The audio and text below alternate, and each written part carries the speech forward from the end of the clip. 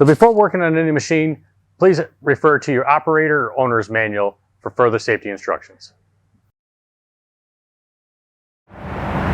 Hello, this is Derek with Weingartz, and today we're going over the John Deere Z300 series zero-turn mower operations.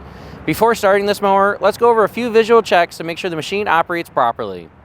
First, you want to check the fuel level and add fresh gas if needed. Next, you want to check the oil level and add oil if low. Now you want to check all tires for proper air pressure. Also be sure to clear any debris from the mower deck and inspect the blades for damage or excessive wear.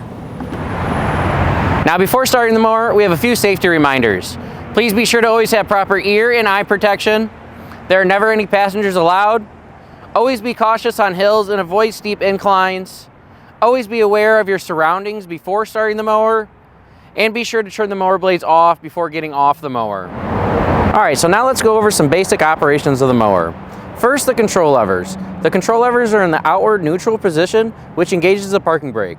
The parking brake must be engaged in order to start the mower.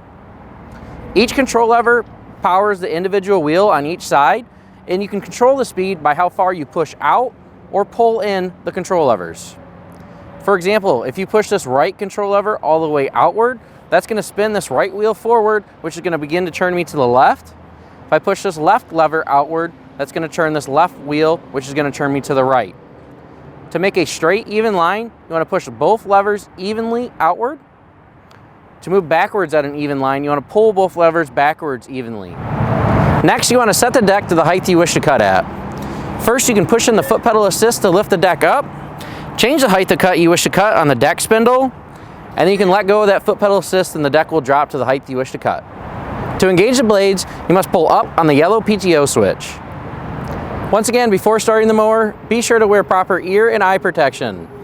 Now you can push all the way up on the throttle to engage the choke and turn the mower key until the mower starts. Once the mower starts, you can pull back on the throttle to disengage the choke.